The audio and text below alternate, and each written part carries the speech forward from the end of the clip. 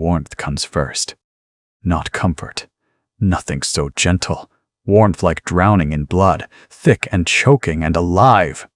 Your lungs aren't lungs yet, or they are and they're full of something that isn't air, and the pressure builds behind your eyes until you think your skull will crack open like a seed pod. You don't know what you are yet. Something inside screams without sound. A need. A burning.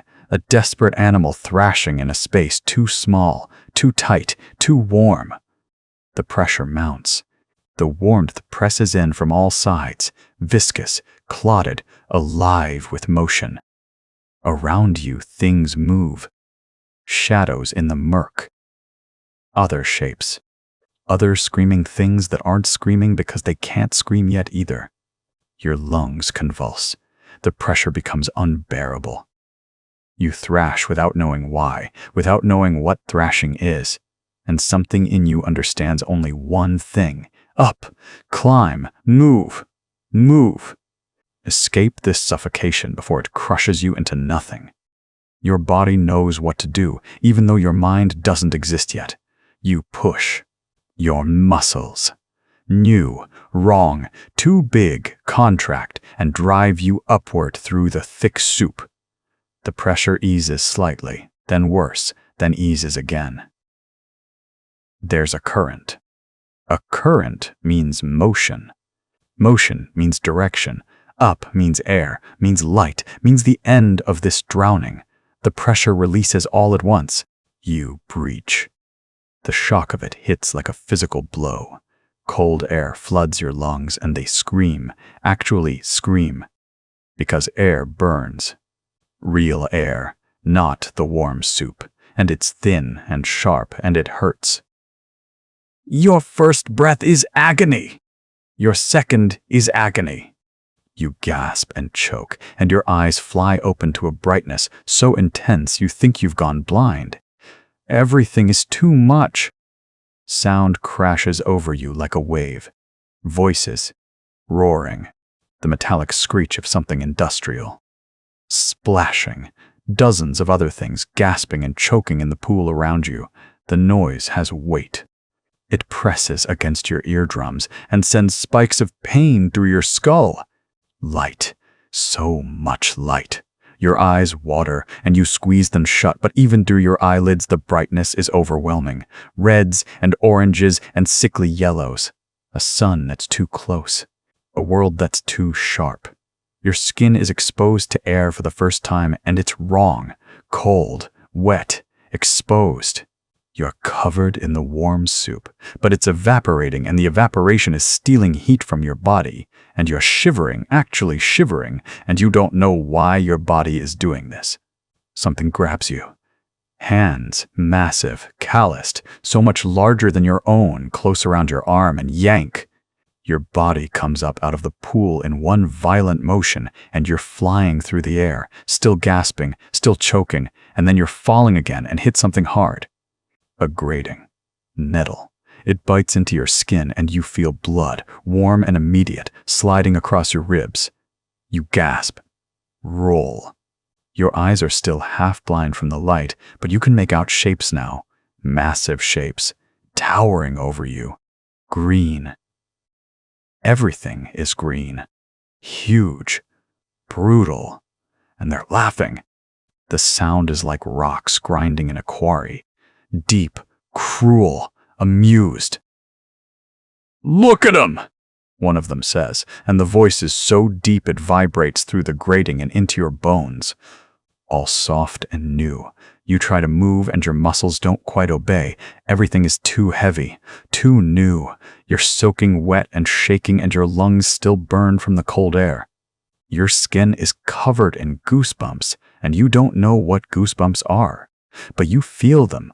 Little peaks of flesh standing up all over your body like you're made of 1,000 tiny hills. Another voice, older, rougher. "Get 'em to the Warren. They'll toughen up or they'll die." You hear that? The words don't mean anything yet, but you hear the indifference in the tone. This isn't cruelty. Cruelty would imply you mattered enough to be cruel to. This is just fact. the way you might describe moving a rock. The hands grab you again. Different hands, or maybe the same ones, you can't tell, and you're lifted. Your body dangles. Your eyes are adjusting now, and you can see the massive green figures more clearly. Their skin is thick, scarred, marked with symbols you can't read. Their teeth are tusks.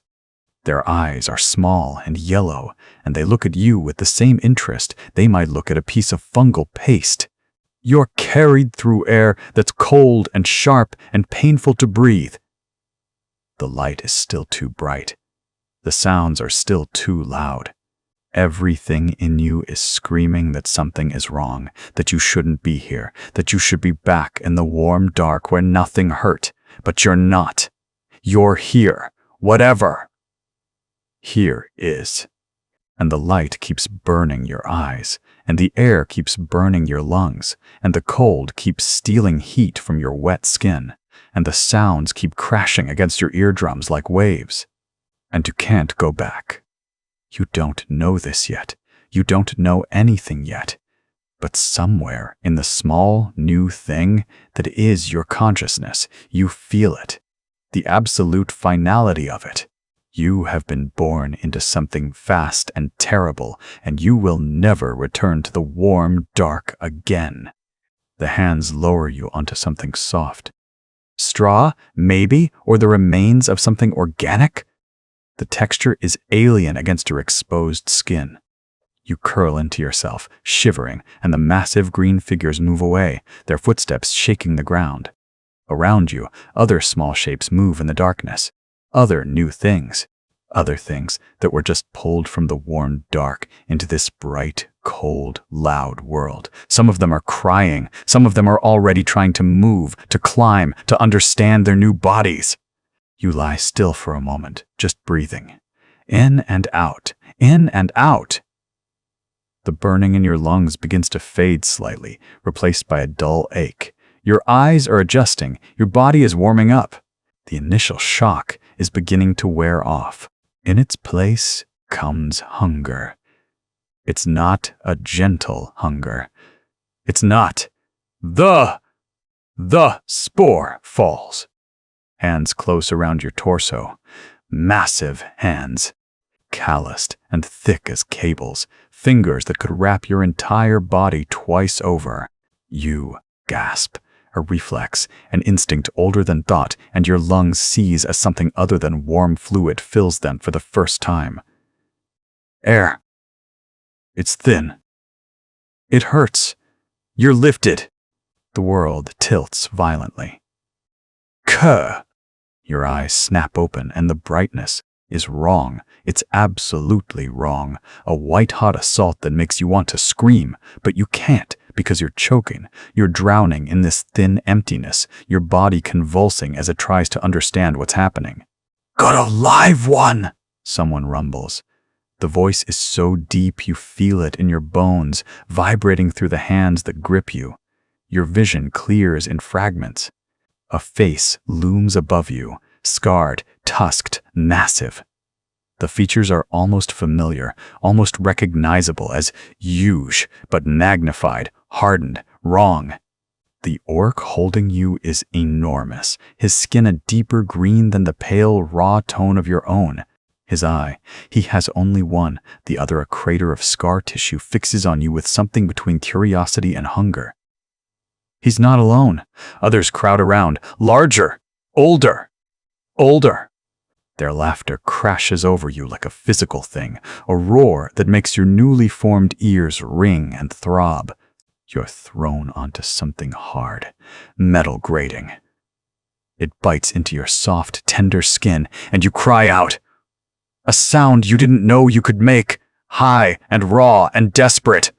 Your palms scrape against the rough mesh as you try to push yourself up, your limbs still uncoordinated, your muscles not quite obeying the signals your brain is frantically sending. Everything is too loud. The orcs are bellowing something, a chant or a song, or just noise. You can't tell where one sound ends and another begins. Your ears feel like they might split. There's a metallic screech somewhere that makes your teeth ache. Water drips, boots pound against the grating. The sound of your own breathing is impossibly loud in your head, desperate and ragged. Everything is too bright. The light comes from above. Harsh, industrial, unfiltered. It burns your eyes even as they adjust, casting the massive orcs around you in stark relief. You can see every scar on their bodies, every crusted wound, every ripple of muscle beneath their thick green hides. The contrast between their solidity and your fragility hits you. Then, a primal knowledge. You are small. You are soft. You are prey, except prey doesn't come from the warm dark below. Everything is too real. The cold air on your wet skin, the weight of gravity pulling at your limbs, the solid, unforgiving reality of the grating beneath you. The smell acrid and wrong, smoke and oil and something organic and rotten. The taste of the spawning water still in your mouth, brackish and bitter. The pain, sharp and specific where your skin scraped the metal. This is not the warm dark. This is not the thick, safe liquid that held you. This is outside, and it's hostile, and it's real, in a way that makes your new mind struggle to comprehend. You manage to push yourself onto your elbows. Your arms shake with the effort. Around you, dozens of other small orcs are doing the same thing, or lying stunned or already scrabbling at each other. One of them, a female, you think, though you don't know how you know, is crawling toward the edge of the grating. An older orc casually kicks her back into the center of the group. She doesn't cry out. She just scrambles again. "Quieter one here," someone says. You realize with a jolt that they're looking at you. The orc who pulled you from the pool leans down, his massive shadow falling across your body. You feel small enough to disappear into it. "Yeah," another rumbles. "Got some sense already. Might make something of this one." The first orc grabs your chin, not gently, but not with full force either, as if testing the give of your soft flesh. He turns your head side to side, examining you like a craftsman inspecting raw material. His thumb is as wide as your hand. "You got a name, Little Green?" His breath smells like copper and something sweet and rotten. "You don't know what a name is. You don't know what any of this is." Your mouth opens and closes. Nothing comes out but a wheeze. The orc laughs. It's a sound like an avalanche. "Nah, course you don't. Too fresh from the pool." He releases you, and you collapse back onto the grating, gasping. "I'm Gutgrim. Been pulling spores for 30 years. Seen him come out mean, seen him come out weak. You." He pauses, scratching at his scarred chin. "You come out quiet. That's rare. That's something." He speaks to the other older orcs in a guttural dialect you almost understand. Words like stock and potential and warboss. They grunt in response. One of them nods. Gutgrim turns back to you. He raises his massive hand, and for a moment you think he's going to crush you. Just end this. Too bright, too loud, too real existence before it properly begins. Instead, he slaps you across the face. It doesn't hurt as much as it should. It's more shock than pain. Your head snaps to the side, and you taste blood. Your own blood, thin and warm in your mouth. Your vision swims. The older orcs roar with laughter. "That's your name," Gutgrim says. "Quiet." "'Cause you come out quiet, but you gonna learn to roar." He leans back, and his scarred face splits into something that might be a smile. "Welcome to the world, Quiet. Try not to die before you're useful." He walks away, and the other older orcs disperse, leaving you and the dozens of other new orcs in a chaos of scrambling, crying, fighting. The hunger that was building in your belly before suddenly returns with force, sharp and demanding. Around you, the other spawn are learning the same lesson you are. Soft things don't survive here. The ones who move fast get shoved. The ones who cry get ignored. The ones who... The Spora falls. Part 3. You're still gasping when the knob's shadow falls across your face. He's massive, scarred, tusked, one eye milky white with old injury. His skin is a darker green than yours, mottled and thick as leather. He smells of rust and something burnt. When he moves, the grating beneath you shudders.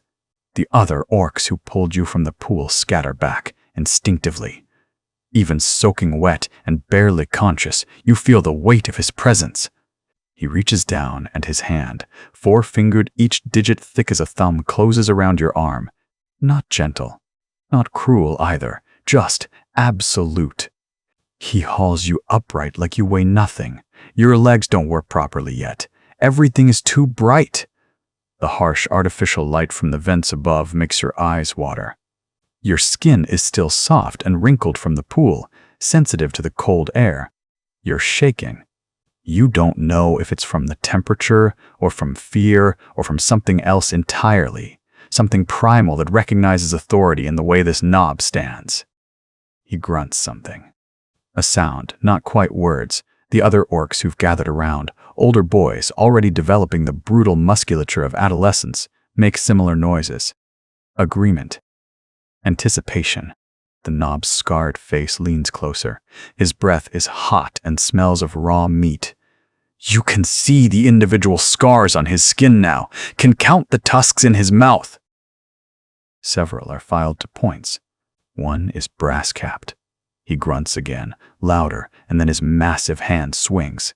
The slap connects with your face. It doesn't hurt. Not exactly.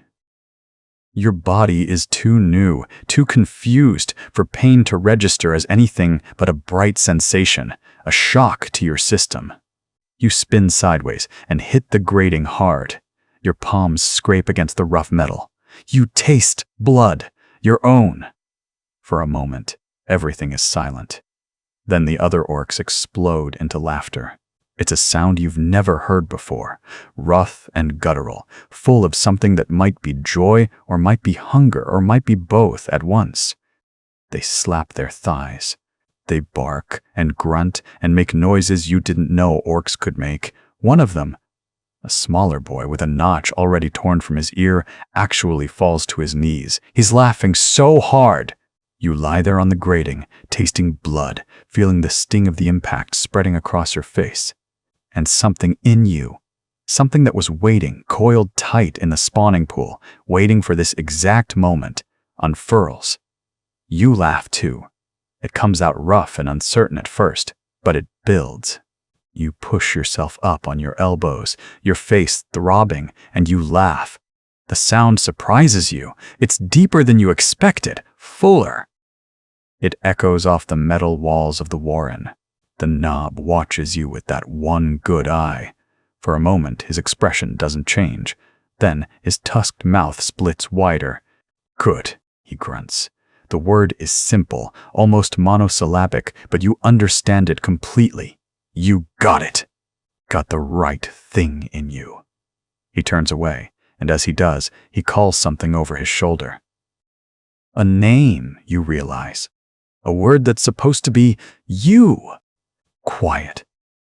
It's not a name you would have chosen. It's barely a name at all. But when the other orcs hear it, they stop laughing and nod, and you realize it's the only name you're ever going to have. It's the only name you need. The knob walks away, his massive frame disappearing into the shadows of the warren. The other orcs disperse, already bored, already looking for the next entertainment. But something has shifted. You can feel it in the way they move around you now. Not quite respect, not yet, but something like acknowledgement. You're not just a soft thing anymore. You're quiet. You're named. You belong. You sit up on the grating, your face still stinging, blood still in your mouth. Your new body is weak and confused, and everything hurts in a way that feels almost good. Around you, the warren settles back into its chaos, dozens of other new orcs crying and fighting and learning the same lessons you're learning. But you're separate from them now. You have a name. You have been recognized. The hunger that was building in your belly before suddenly returns with force, sharp and demanding. Around you, The other spawn are learning the same lesson you are. Soft things don't survive here. The ones who move fast get shoved. The ones who cry get ignored. The ones who fight, the ones who laugh when they're hit, those ones might actually live. You get to your feet, unsteady but determined. Your choppa isn't waiting for you yet. Your first real fight hasn't come yet, but somewhere in your new, wet bones, you know it's coming. For now, there are scraps to fight for. There's a warren full of soft things that might bleed. There's a name. Quiet. That means you're worth something to someone. You push forward into the mass of juvenile bodies and start to hunt. The spore falls. The warren smells like rot and copper and something else, something alive that makes your nostrils flare. Damp stone walls, slick with moisture that might be water or might be something worse. You don't think about it. Thinking slows you down. They shove you through a low opening, and you tumble onto hard, packed earth. Your skin is still soft, still pale from the spawning pools, and the older juveniles notice immediately. There are dozens of them, maybe more. It's hard to count when they're moving, when they're already watching you with eyes that know hunger. One of them, bigger, scarred across his left shoulder, grins. It's not a friendly expression. "Fresh spawn!" he calls, and the warren erupts in movement. You scramble backward on instinct, your legs still uncertain beneath you. The floor is gritty, studded with things you don't want to identify. Your lungs are still adjusting to air that tastes like fungal spores and feces. Everything is sharp and immediate and wrong. You want the warm darkness of the spawning pool back. You want the weight of the water. But there's no going back. The bigger one moves towards you with the casual confidence of something that's never lost a fight. You can see the way he walks, shoulders forward, head low. You don't know why you recognize this. Your body knows it before your mind does. The stance of a predator. Instinct screams at you to run. Instead, you move sideways, and when his hand swipes at where your head was, you're already gone. You don't have a weapon. Your choppa is still in the armory, waiting for blood rite and ceremony. All you have are teeth and nails and the sudden electric understanding that running will only get you cornered. He snarls, an actual snarl, like something from a fever dream, and lunges. This time, you don't move sideways. You move forward, into him, all your soft new weight compressed into a collision that sends you both sprawling. Your head cracks against something hard, stars bloom across your vision. Pain is bright and immediate, and somehow good. The big one recovers faster. He's on top of you, one massive hand reaching for your throat, and you can feel the weight of him, muscle and bone, and the absolute certainty that he's done this before, and you haven't. His hand closes around your neck. Your vision starts to tunnel. You bite him. Not a controlled bite. Not a strategic choice. Pure animal panic transformed into action. Your teeth find the soft webbing between his thumb and forefinger, and you bite down, hard, tasting blood and skin and something that makes your mouth burn. He shrieks. An actual shriek of pain, and his grip loosens. You twist beneath him, your soft body more flexible than it has any right to be, and you're suddenly free and scrambling backward. Your neck throbs. Your mouth tastes like iron. The big one is holding his hand, staring at the bite mark, and there's something like respect flickering across his scarred face. "It's got teeth," he says, almost to himself. Then he laughs. A harsh barking sound that echoes through the warren. The others join in. "It's not mocking. It's something else. Recognition, maybe." Or hunger. A food bell clangs somewhere deeper in the warren. The movement is instantaneous. Every juvenile within earshot turns and starts moving toward the sound. The big one who bit you, or who you bit, is already gone, shambling toward whatever scraps the bell promises. The others flow around you like water, pushing, shoving, not cruel but utterly indifferent to your existence. You're left alone in the empty space they've vacated, your heart still hammering, your neck already swelling where his hand was. You can feel bruises blooming under your soft skin like dark flowers. You follow them. The feeding chamber is chaos. Dozens of juveniles crowded around stone troughs, filled with something that looks like fungal paste, gray, white, and viscous, studded with things that might be bone or might be something else. The smell of it hits you like a physical force. Your empty stomach convulses with want. You push into the crowd. Elbows and shoulders collide with you. Nobody bothers to make space. This is the first real rule you learn. Space is taken, not given. You wedge yourself between two smaller juveniles and plunge your hands into the trough. The paste is warm, and it tastes like earth and rot and something almost sweet beneath it all. You shove it into your mouth without thinking. Around you, the others do the same. There's no chewing, just swallowing and reaching back for more. The smaller juvenile to your left tries to claim more than his share. You elbow him in the ribs without thinking about it. He hisses but backs off. You keep eating. Your belly fills with paste, and your fingers are slick with it, and the air is thick with the sound of feeding, wet, urgent, primal. You don't think about anything except the food and the want and the way your body suddenly makes sense to you. Your muscles have purpose. Your hunger has direction. For the first time since you gasped your way out of the spawning pool, the world isn't overwhelming. It's just right. A commotion at the far end of the trough. One of the juveniles, smaller than you, still pale from recent spawning, is trying to feed, but the others are pushing him back. He's making little mewling sounds, distressed and weak. 3 of the bigger juveniles are circling him, not attacking yet, just pushing him away from the food, testing his will to fight. You recognize it because your body recognizes it. This is what you just survived. This is the pattern. The small one breaks. He runs. They chase him. Not because they're hungry for meat. There's paste enough for everyone, but because chasing is what you do, because running means you're weak, and weakness is contagious and needs to be purged. You watch them disappear into a side tunnel, their laughter fading into echoes. You keep eating!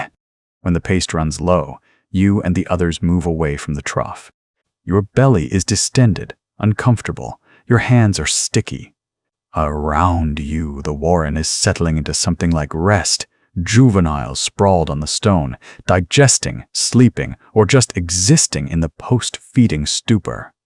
You find a corner that's relatively empty, and you sit there, your back against cold stone. Your neck aches, teeth and tusks. The cold stone against your back keeps you tethered to something like rest, but the warren doesn't sleep. It just gets quieter, and quiet in the warren is its own kind of noise. The breathing of 50 juvenile orcs, the drip of something wet from the upper grating. The occasional grunt or snore. Your neck aches where you wedged it against the wall, but moving means losing the corner, and the corner is yours now because you fought Graka for it 3 days ago, and he still has a swollen eye to prove it. You don't know how long you've been here. Time moves differently in the spawning pool's shadow, not in days, but in growth. Your tusks have hardened. Your skin has deepened from the pale, soft thing it was to something tougher, more defined. You're still small compared to the older boys, still have that soft vulnerability around your joints, but you can feel the weight accumulating in your bones, the strength settling into your frame like sediment. The other juveniles have changed too. Some have died. You don't think about the ones who died. That's weakness. What you think about is the meat.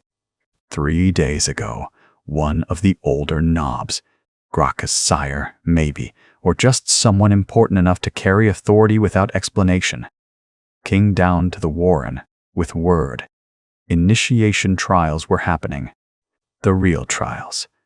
Not the juvenile scuffles over paste and territory, but the trials that meant you'd be seen, noticed, moved up into the proper warband where the real fighters were.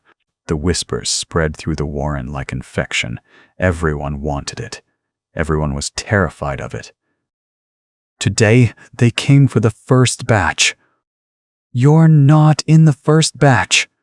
You watched them leave. Maybe 30 older juveniles, their tusks already yellowed with age, their shoulders already broad enough to suggest what they'd become. They walked out with that particular swagger that comes from knowing you've been chosen, and the rest of you watched them go with something that might have been envy or might have been relief. You're not ready. You know this with the clarity that comes from pure animal instinct. You're not big enough, not fast enough, not mean enough. But you will be. The warren empties further as the day wears on. The knobs who usually oversee the feeding don't come. The older juveniles who sometimes hunt the younger ones for sport are gone too. Just you and the smallest ones, and a few others like you. The ones caught between sizes, between stages, waiting for the day when they'll be called. It's in the afternoon. You think it's afternoon. The light from the upper grates has a particular quality when you hear it. The screaming starts low, distant, echoing through the stone corridors that connect the warren to the rest of the settlement. Not the screaming of orcs. Something else. Something mechanical and wrong, a sound that has no breath in it, just pure noise-making. A servitor. You've heard about servitors. They're things that used to be something else, something that thought, something that chose. Now they're meat with wires, and they do what the bosses tell them to do. They're used for labor, for testing, for teaching, for showing younger orcs what strength looks like when it's applied without mercy. You stand up without deciding to. Around you, the other waiting juveniles are doing the same. The smallest ones look confused, unsettled by the sound. One of them! A runt with a notch already taken from one ear starts toward the passage. Don't, you say, and you're surprised by how solid your voice sounds. Stay. He stops, looks at you, sits back down. You don't know why you said it, but it feels right. It feels like something a real orc would say, something with weight behind it. The screaming continues, and with it comes a deeper sound, roaring. Orc roaring. Multiple voices, layered, building into something that makes your bones vibrate. The juveniles around you are tense now, alert, caught between curiosity and the instinct that says, don't go toward the noise. Don't go where the older ones are. That's how you get killed. But you go. The passage slopes downward, the stone getting older, rougher, less worked. The light dims. Your eyes adjust. They always do, and the sound gets louder, more immediate, until you round a corner and see it. The trial ground is a circular chamber, maybe 40 feet across, with a high ceiling that disappears into shadow. The walls are scarred and dark with old stains. Around the perimeter, older juveniles and young orcs stand in a loose circle, pressed back against the stone. There's maybe 200 of them, maybe more. You can't count that high, but you know it's a lot. The air is thick with their breathing, their anticipation, their hunger. In the center is the servitor. It's almost humanoid. That's the worst part. It has 2 arms and 2 legs and a head, but the proportions are wrong, stretched, as if it was once something and was forced into a shape it wasn't meant for. Its skin is gray, waxy, covered in ports and connectors where wires disappear into it. Its face is a mask, literally a metal mask bolted to its skull with optical sensors that glow a flat, emotionless red. It's making that mechanical screaming noise, not from its mouth, but from somewhere deep inside its chassis. And it's moving. It's moving toward the first of the older juveniles. The boy, he's bigger than you, his tusks already yellowed, his shoulders broad, doesn't run. That would be weakness. Instead, he stands his ground and roars, and the sound is huge. It echoes off the chamber walls and comes back at you like a physical thing. The servitor doesn't hesitate. Its movements are jerky, pneumatic, but fast. It reaches for the boy with arms that are more piston than flesh. The boy throws a punch. His fist connects with the servitor's torso, and something cracks. A panel, maybe, or a rib cage that's not quite bone. The servitor doesn't flinch. It doesn't even slow down! It grabs the boy's arm and twists, and you hear the wet pop of something coming apart in a way it wasn't meant to. The boy screams. A real scream, not a roar, not the controlled sound of combat, but pure animal pain. Around the chamber, the older orcs cheer. The sound is deafening. It's the sound of approval. Tee! And tusks the scaffold. The cheering hasn't stopped. It echoes in your chest cavity, a vibration that feels like your ribs are learning to resonate at a frequency that matches the roar of approval. Around you, the older boys are still laughing, that hard, barking sound that means something has shifted. The servitor is being dragged away by handlers in tattered robes, its movements jerky and wrong now.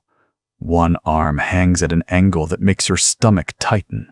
The boy who broke it is being lifted onto shoulders, his good arm raised in triumph, his face flushed with something between pain and ecstasy.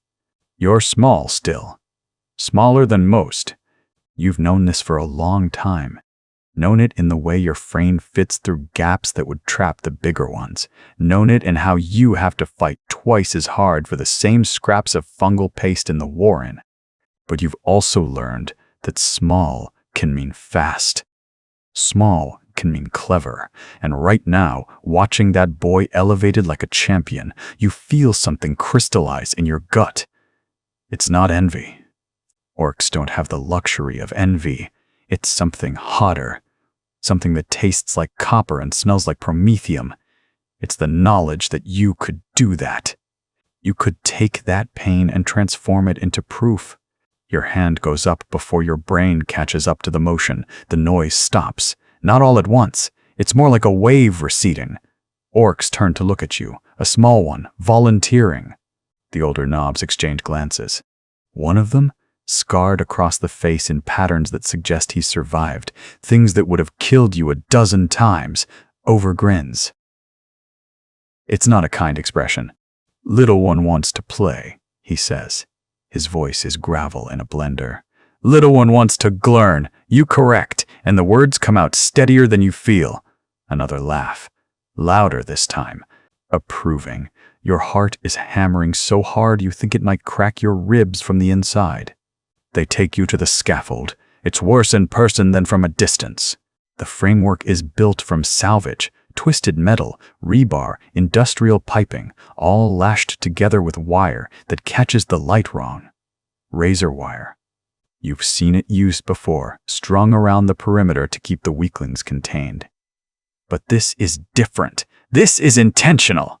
This is a test designed by orcs who believe that pain is just another form of education. The structure rises, maybe 3 stories. Platforms at different heights, connected by chains and twisted metal that looks like it was designed by something that hated geometry. There's no logic to it. That's the point. Your route up has to be chosen in real time, improvised, committed to. One wrong grip and you'll slide back down through the razor wire. One hesitation and the rocks will find you. You can already see them gathering. Juveniles like you and older ones too, all of them holding chunks of broken concrete, pieces of slate, anything heavy enough to hurt. The rule is simple. Reach the top, ring the bell, come back down. Don't die. Don't fall. Don't cry. Your clothes come off because they'll only catch on the wire. Your skin is pale, still carrying the slight softness of youth. It's a disadvantage. You know this, but you also know that the older boys will respect the choice to be vulnerable. Orcs understand nakedness as commitment. You approach the base of the scaffold. Ow! Up close, the razor wire is almost beautiful. It catches the light in sharp fragments, each edge honed to a point that could split skin like wet paper. You can see where others have climbed before. Dark stains on the metal that might be rust or might be blood. Probably both.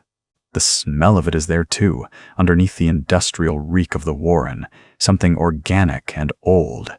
Your first grip is on a length of rebar. It's cold, rough, real. You pull yourself up. The first rock comes before your feet leave the ground. It catches your shoulder, not hard enough to break anything, but hard enough that you feel the impact ripple through your frame.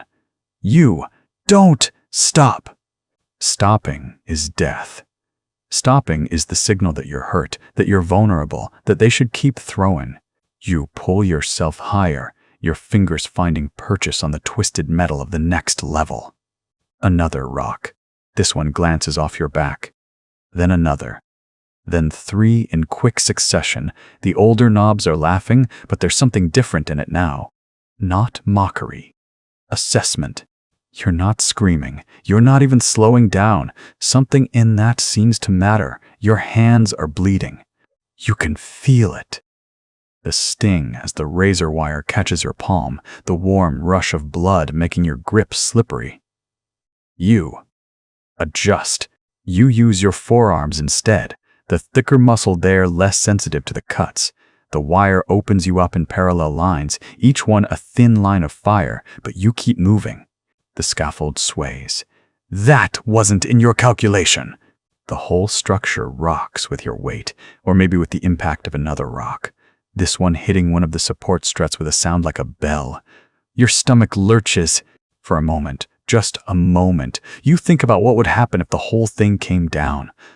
If the scaffold collapsed and you fell into the razor wire, tangled and bleeding, pinned until one of the older orcs decided you'd had enough.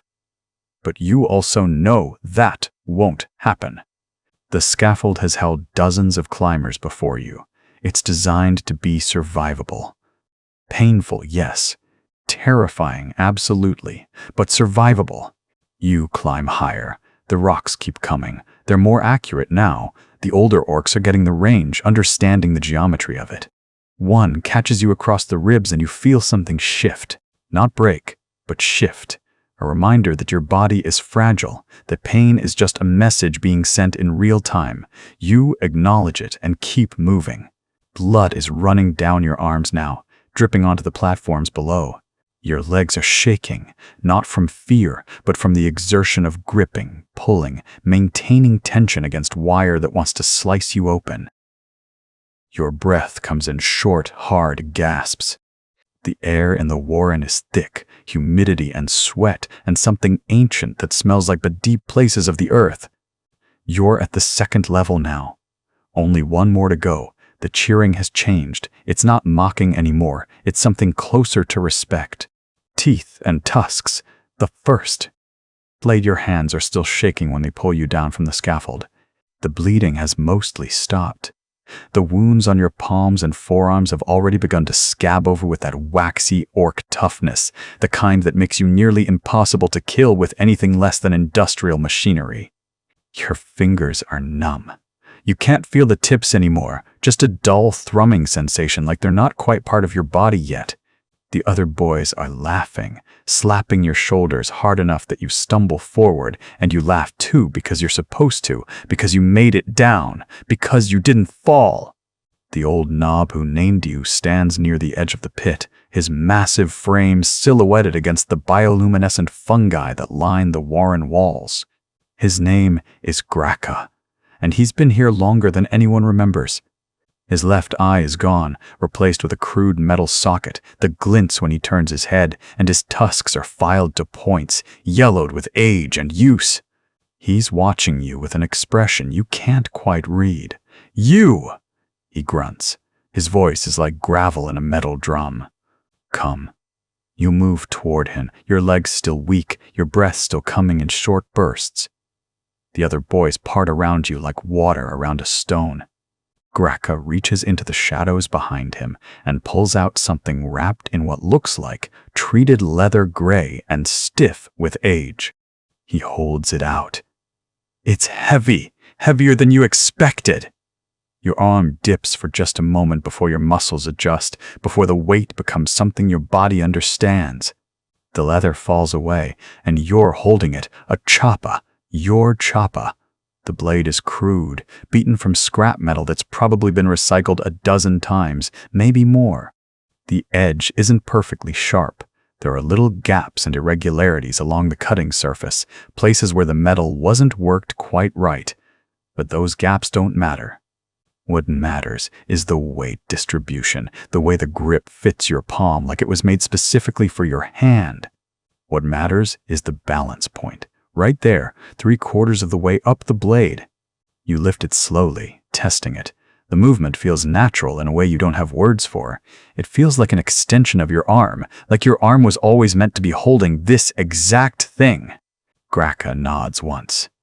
You swing it experimentally, a slow arc through the humid air of the warren. And that's when you hear it, a sound like singing. Not music exactly, something deeper. The blade cuts through the air and produces a low, resonant hum, a vibration that you feel in your bones before you hear it in your ears. It's the sound of metal that knows its purpose, moving through space at speed. It's the sound of a weapon that wants to be used. Your breath catches. You swing again, faster this time. The hum rises in pitch, becomes almost musical. It's hypnotic. You could do this forever. Just swing it and listen to that sound. Feel that weight transfer from your shoulder through your core and down into the blade. The other boys have gone quiet. They're watching, waiting. Good, Graka says. It's the first time you've heard him say anything that sounds like approval. You got the instinct. Now you learn to use it. He steps closer, and his massive shadow falls across you. His single eye is fixed on your face with an intensity that makes your skin prickle. You blooded now, he continues. You climbed the wire. You didn't break. You didn't beg. He pauses, and you realize he's studying you with something like curiosity. You're orc.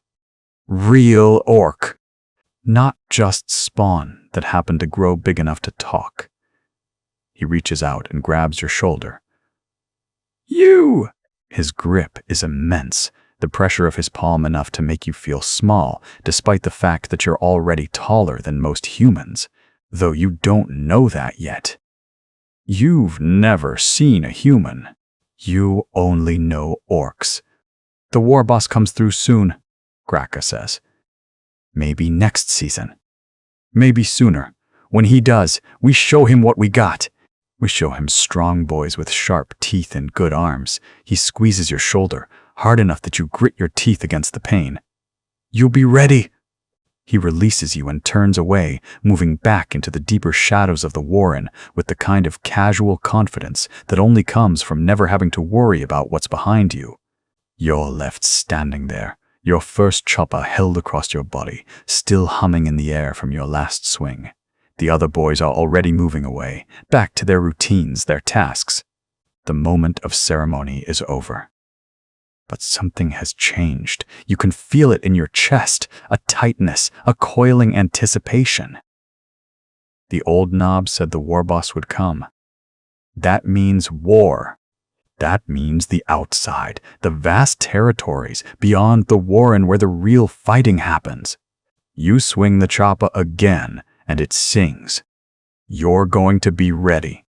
Teeth and tusks, the war boss. The warren falls silent first. That's what you notice, not the sound, but the absence of it. The usual chaos of juvenile screaming, the wet sounds of feeding, the clang of crude tools being worked, all of it stops. Even the younger spawn sense it. They huddle closer to the fungal vats, their instincts older than thought. You're grinding paste between your tusks when you feel it in your bones. A pressure, like the air itself has become too thick to breathe, like something massive is pushing through the world toward you. The older boys start moving, not running. Orcs don't run from anything, but moving with purpose, clearing the central passage, straightening their posture. One of them, A scarred thing named Grack with a missing ear actually wipes blood from his chin. You realize you've never seen an orc care about appearance before. The pressure intensifies. He comes through the tunnel entrance, and the warren seems to shrink. The war boss is nothing like the knobs you've known. Those are strong, brutal, efficient in their violence.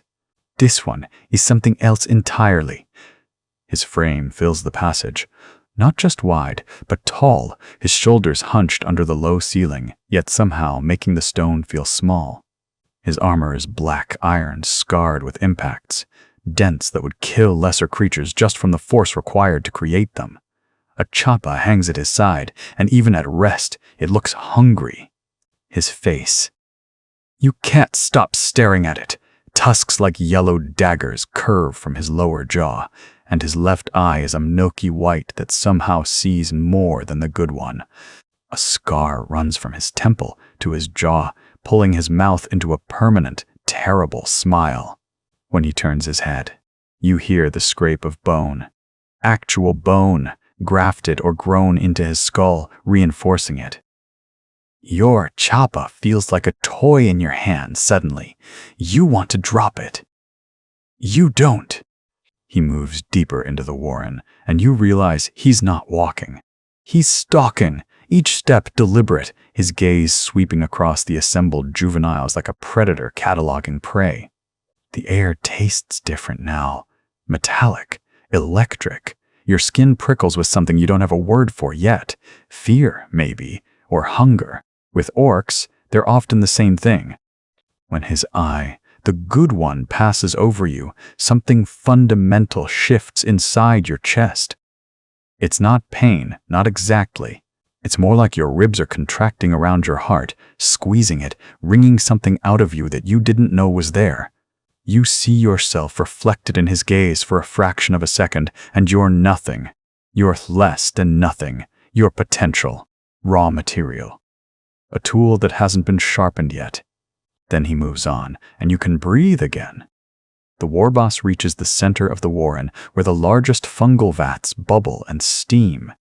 He stops there, and the entire chamber seems to hold its breath. You can hear your own heartbeat in your ears. Around you, the other boys are rigid, their eyes fixed on this towering figure. Even the spawn in the vats have gone still, the water barely rippling.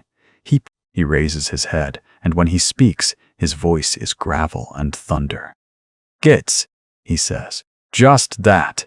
Just one word, and it carries the weight of something vast and inevitable. I'm gathering for war. Real war. Not the scrappy pit fights and territorial disputes, you know. The kind where you die screaming and it don't mean nothing but you do it anyway 'cause you're orc and that's what we do. He pauses. His tusks catch the dim bioluminescence from the vats, gleaming like bone weapons. I need bodies! I need choppa swingers and shooters and gits willing to run straight into gunfire and laugh about it. I need orcs who know that the best death is the one where you take enough of the enemy with you, that your name gets remembered in the songs. His eye sweeps the room again, and this time when it catches you, you don't look away. You don't know why. Your legs are shaking. Your hands are shaking. But you hold his gaze for a heartbeat, maybe two. Some of you, the war boss continues, will make it. We'll grow strong, we'll earn scars, we'll learn what it means to be proper. Orc. And some of you, he grins, and it's the most horrible thing you've ever seen. Some of you will die. Probably quick, probably stupid. But that's all right. That's the way of it. He turns to leave, and the pressure that's been crushing the warren begins to lift. But before he reaches the tunnel, he stops. Without turning around, he speaks again. Any of you juvenile gits want to follow when the call comes. Really follow, not just shuffle along behind you. Come find me. I'll make you proper orcs. I'll make you mine. Then he's gone, ducking back through the tunnel, and the warren exhales as a single organism. For a long moment, nobody moves. Nobody speaks. You're still holding your choppa, and your hands have stopped shaking, but something inside you is vibrating at a frequency you can't quite feel. Your tusks ache. Your jaw is clenched so tight you think your teeth might crack. Grack, the scarred knob, lets out a low laugh. "Well," he says, and his voice sounds strange in the sudden quiet. "That settles it then. We're going to war." The warren erupts. The younger ones start shrieking with excitement or terror. "You can't tell the difference!" The older boys start checking their weapons, talking in low, urgent voices about readiness and glory and death. It's all happening around you, but you're still standing in the same spot, still holding your choppa, still feeling the ghost of that pressure in your bones. You swing the blade experimentally. It hums through the air, and the sound feels different now. More real. More necessary. The war boss said to come find him, to really follow. You don't know where he is. You don't know how you'd find him even if you tried, but something in your chest, something deep and primal and utterly certain knows that you will. That you must. That every fight you. The Wa calls. The horn blast hits you before you hear it. It's not a sound that travels through the air. It's something deeper, something that moves through the ground and up through your bones and into the cage of your ribs where it resonates like a second heartbeat. Your chest cavity becomes an echo chamber. Your teeth vibrate. For a moment you can't breathe because the sound has taken up all the space inside you that breath usually occupies. Then the second horn answers. And a third. And a dozen more, layered and overlapping, each one deeper and more primal than the last. They're not horns, you realize distantly. They're the voices of something vast and hungry and alive. They're the war boss calling. They're the call itself made manifest. Around you, everything stops. The warren goes silent in a way you've never experienced before. Even the younger orcs, the ones still gnawing on fungal paste in the shadowed corners, go absolutely still. A choppa clatters to the grating somewhere.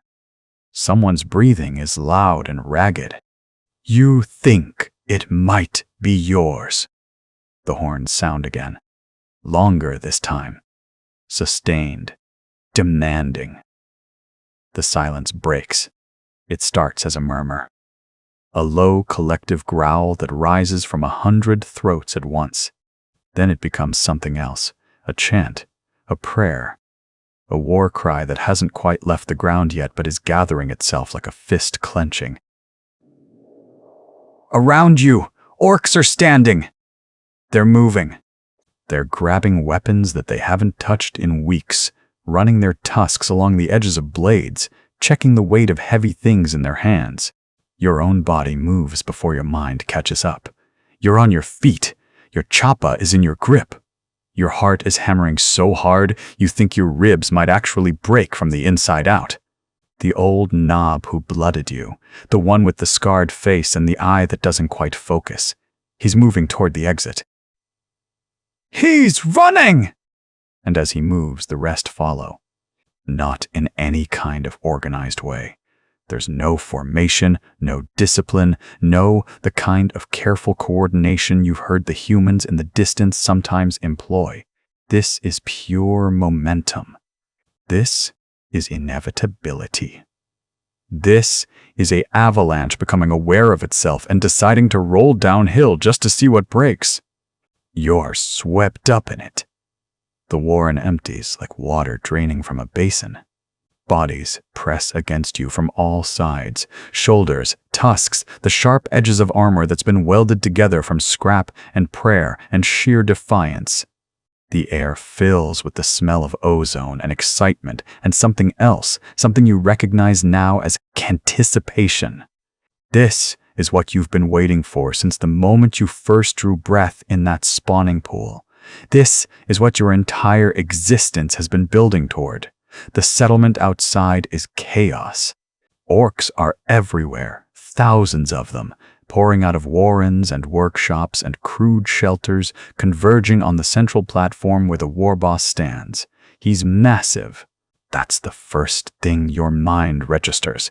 You've seen him before, weeks ago, just a glimpse that left your bones aching for days afterward, but this is different.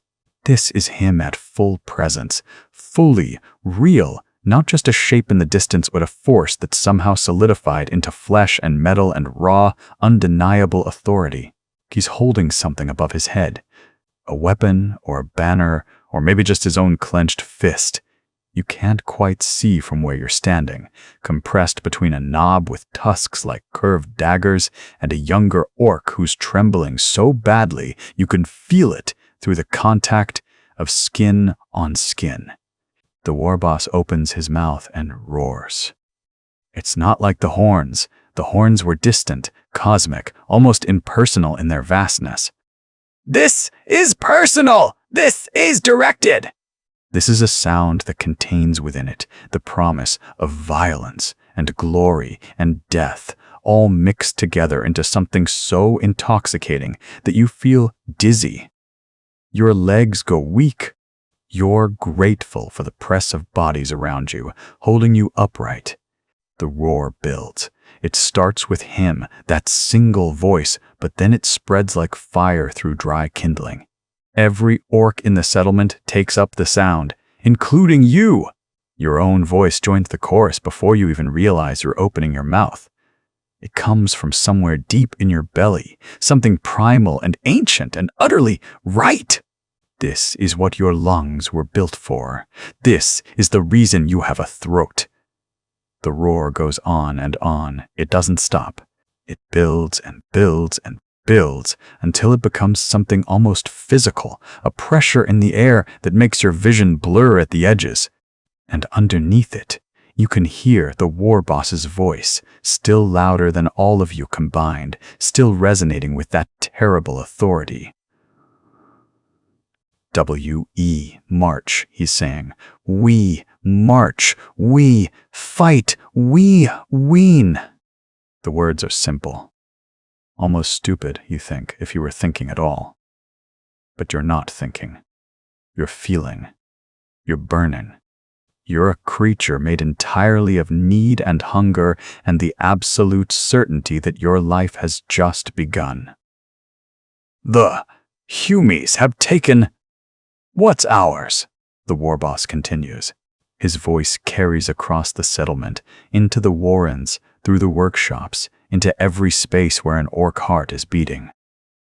They have taken our world! They have taken our hunter. But no more. No more.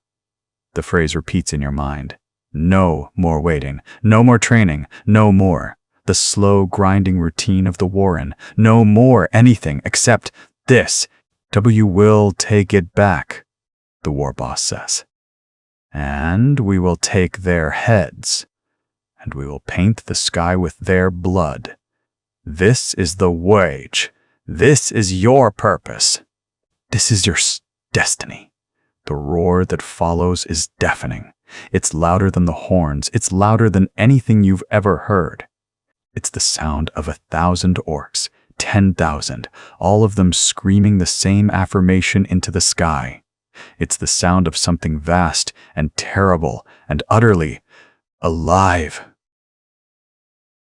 Awakening from a long sleep, you're screaming too. Your voice is raw already, torn up from the effort, but you dawn. The Waig calls. The transport is chaos wearing the shape of a vessel.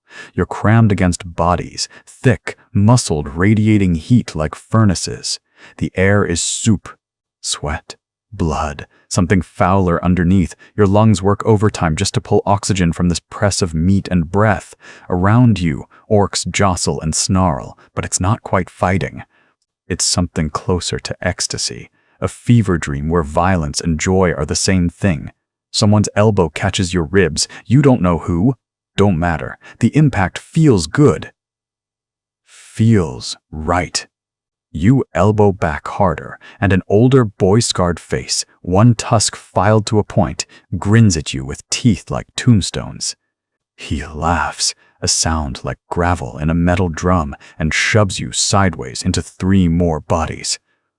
This is how orcs communicate now.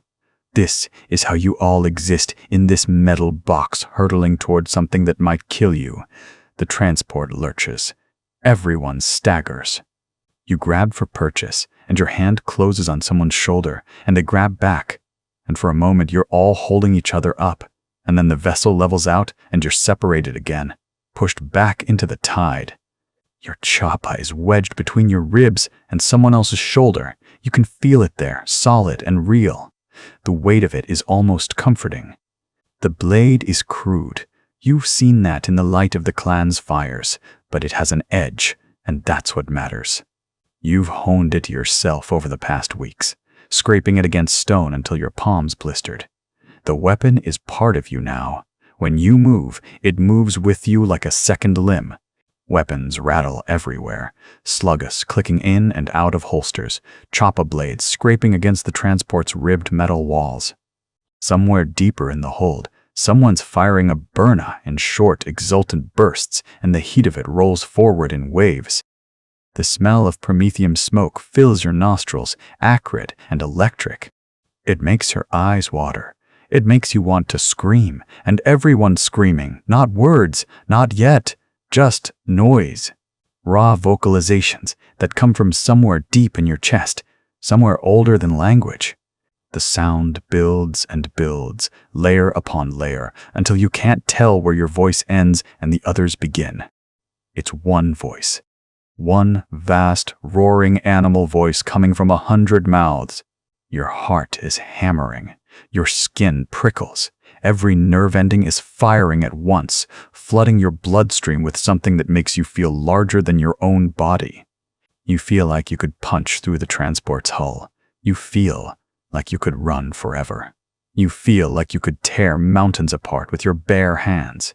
This is hunger, but not the kind you felt in the juvenile warren, scrambling for fungal paste. This is hunger for something, for action, for impact. For the moment when you stop moving and start doing. The transport banks hard.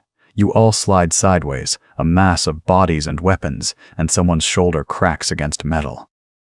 They laugh. Of course they laugh. Pain is just proof that you're alive, that you're real, that you exist in a way that matters.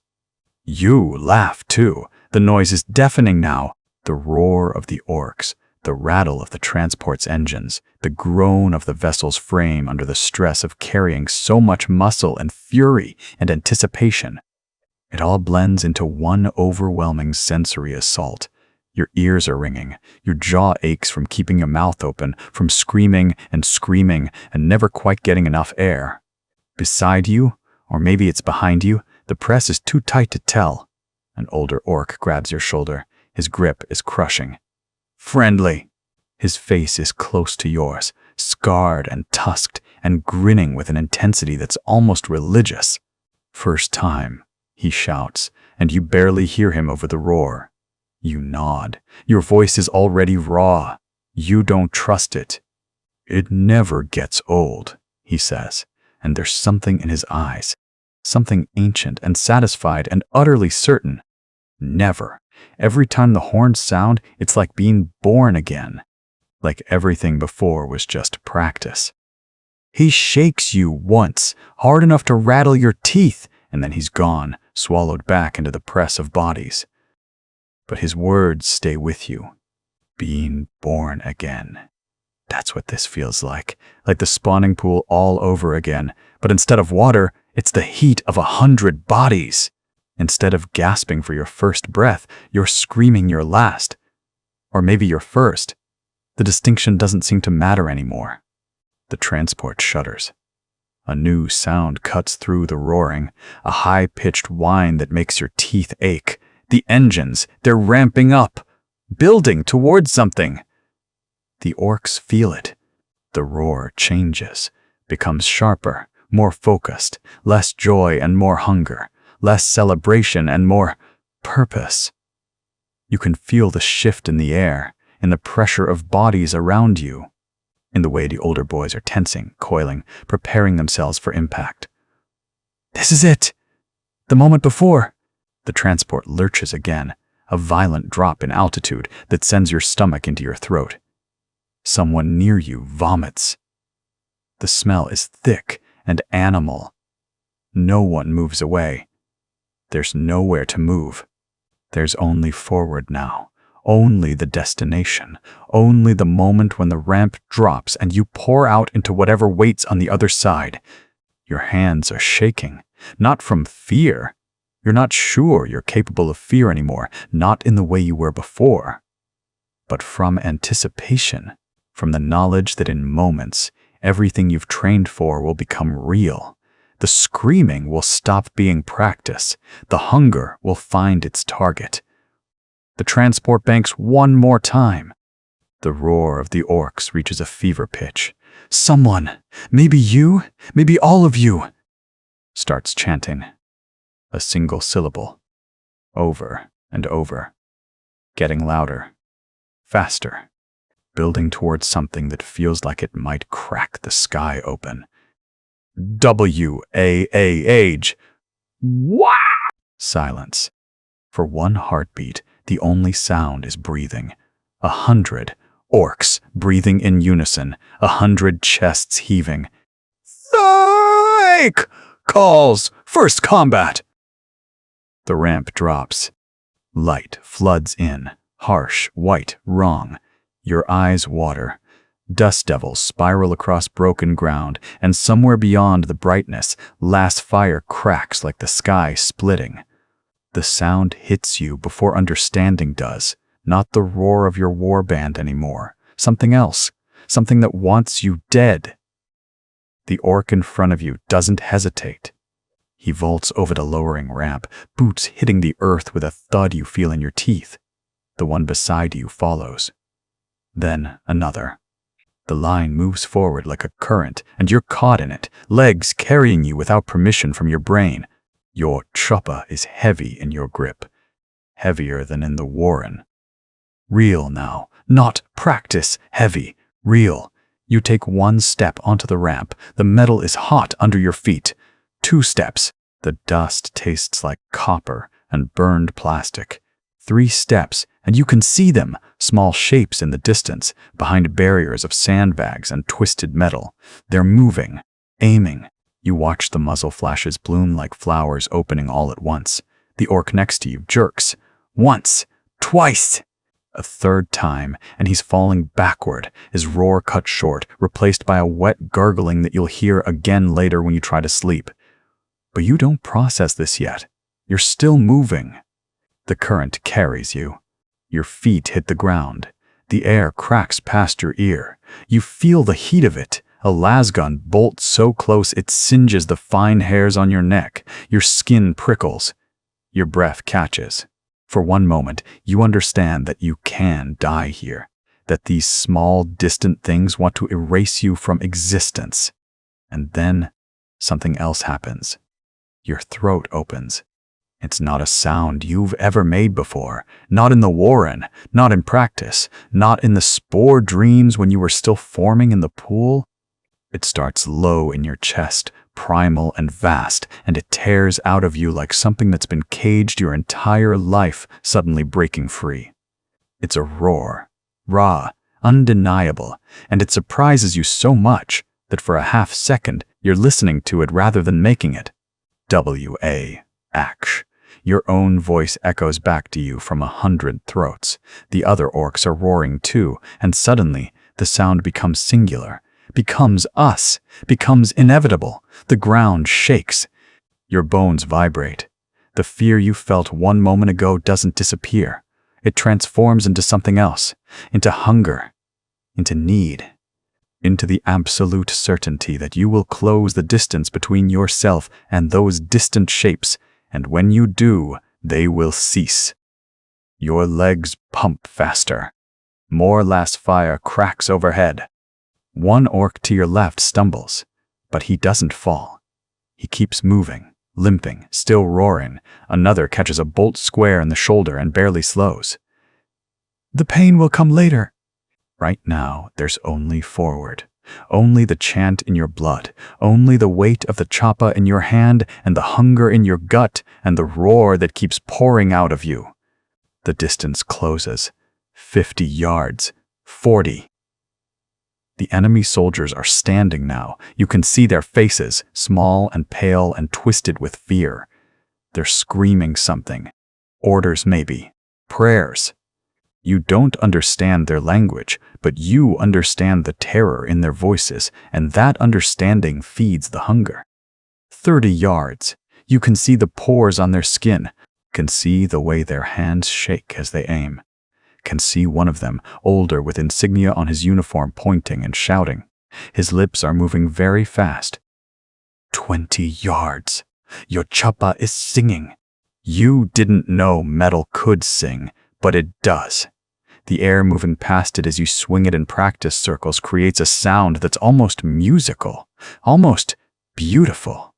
Your muscles remember the motions from the razor wire scaffold, from the fights in the warren, from the servitor's soft flesh tearing under your blade. 10 yards. One of the enemy soldiers breaks, actually turns and runs. You watch him go, and there's something in you that wants to laugh. Something ancient and cruel and absolutely certain that he will not make it far. 5 yards.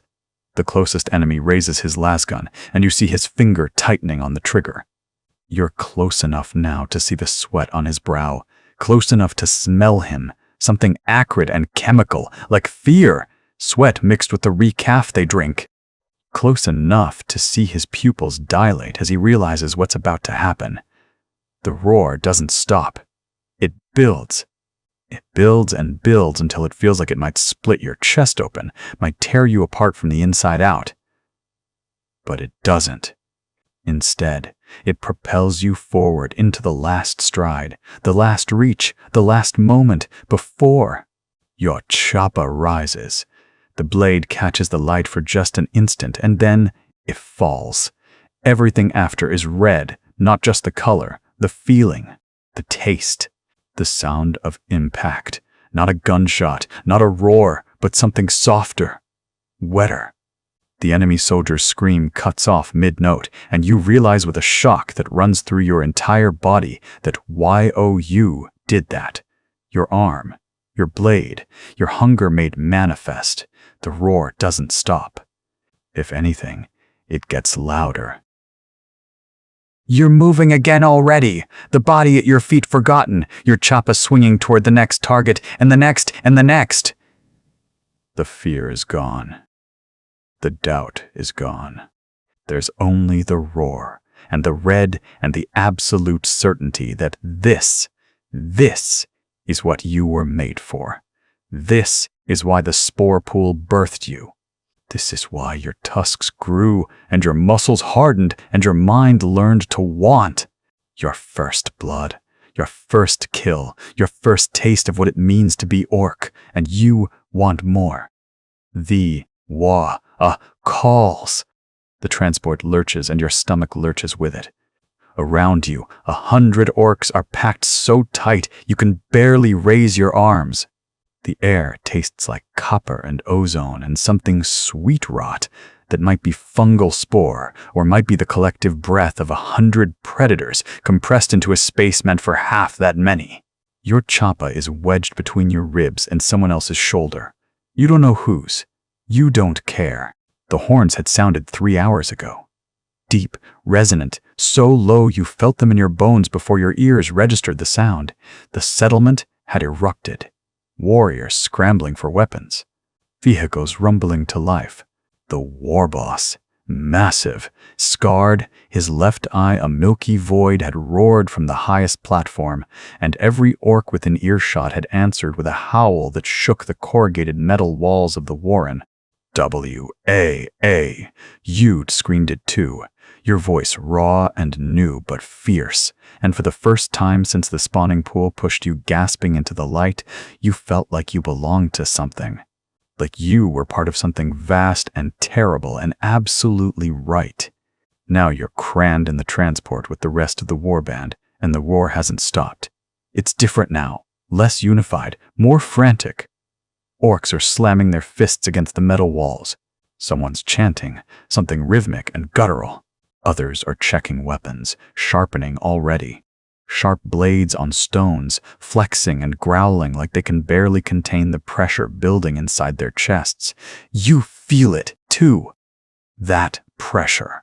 Like your blood is too thick, too hot. Like your skin is too small for what's inside you. The transport shudders and pitches forward.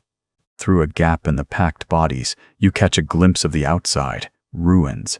Massive structures of concrete and steel, half collapsed, scarred by weapons fire. The enemy's territory! The Imperium's fortress city. The vehicle slows. The roar around you reaches a fever pitch. Orcs are pushing toward the ramp, shoving, snarling.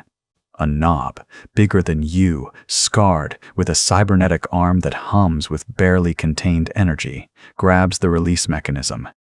The ramp drops. Daylight floods in, blinding. And then? Gunfire! The sound is nothing like you expected.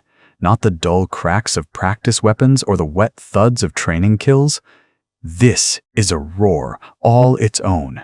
A mechanical, rhythmic scream that tears through the transport like something alive and hungry. Orcs scream.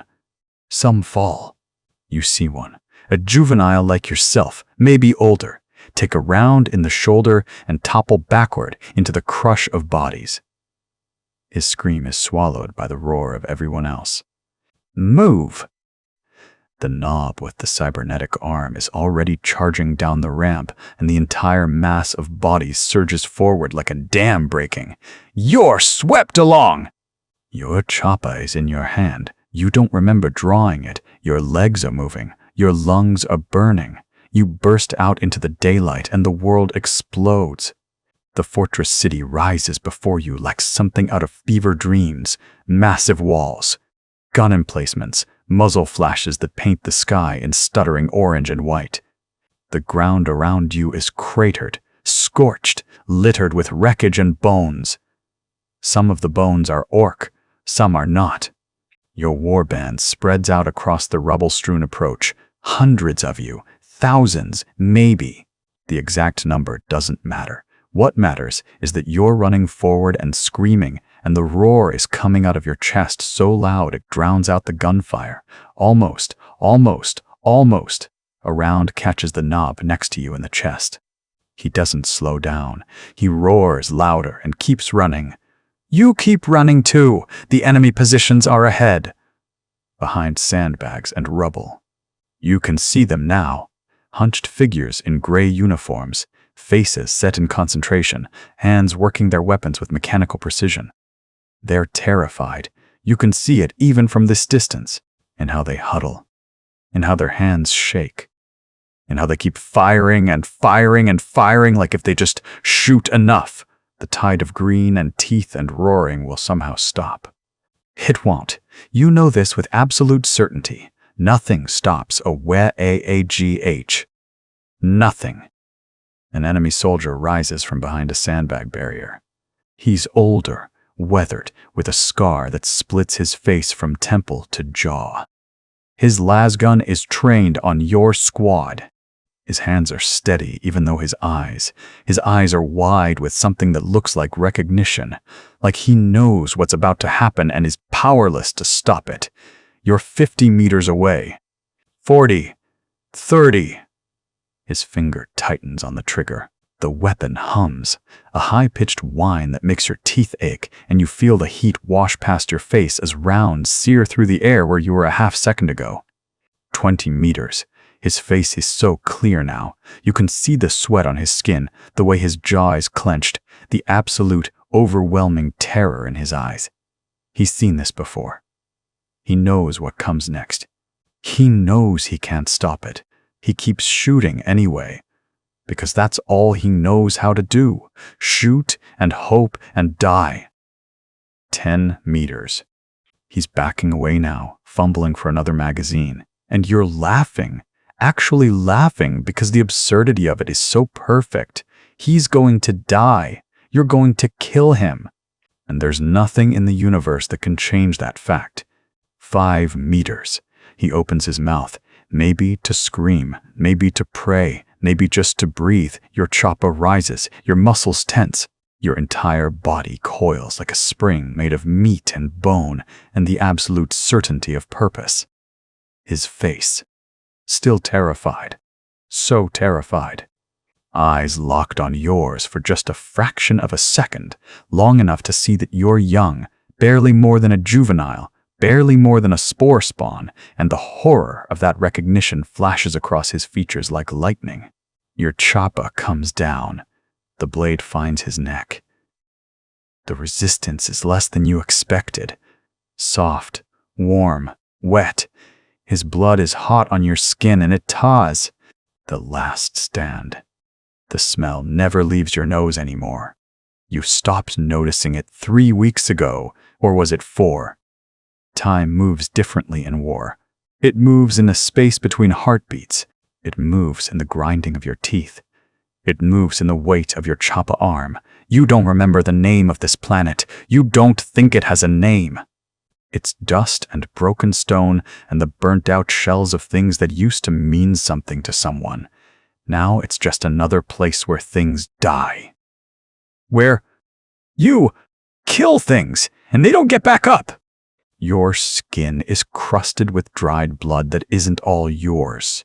There's a gash along your ribs that stopped hurting 2 weeks ago that probably means it's infected, but you've stopped thinking about things like that. You've stopped thinking about a lot of things. Your brain has become very simple, very efficient.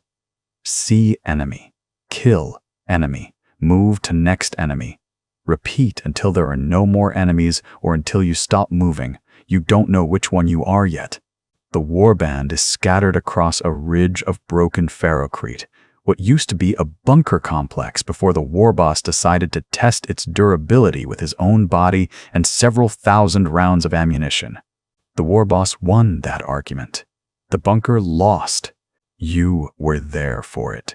You remember the way the ground shook when he charged. Remember the way his roar cut through the incoming fire like a blade through silk. Remember thinking that nothing in the galaxy could stop something so alive, so utterly, completely, impossibly alive.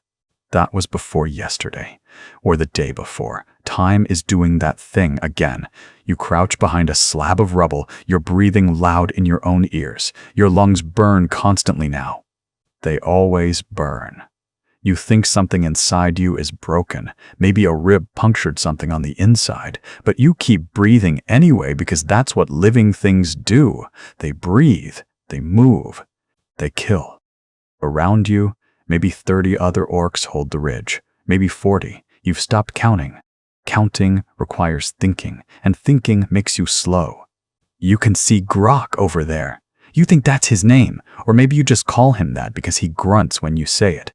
And he's got a wound on his shoulder that's gone pale around the edges. That's bad. You know that. You've seen what happens when wounds go pale like that. The flesh starts dying from the inside out. But Grok is still holding his position, still watching the broken ground below for movement, so you don't say anything.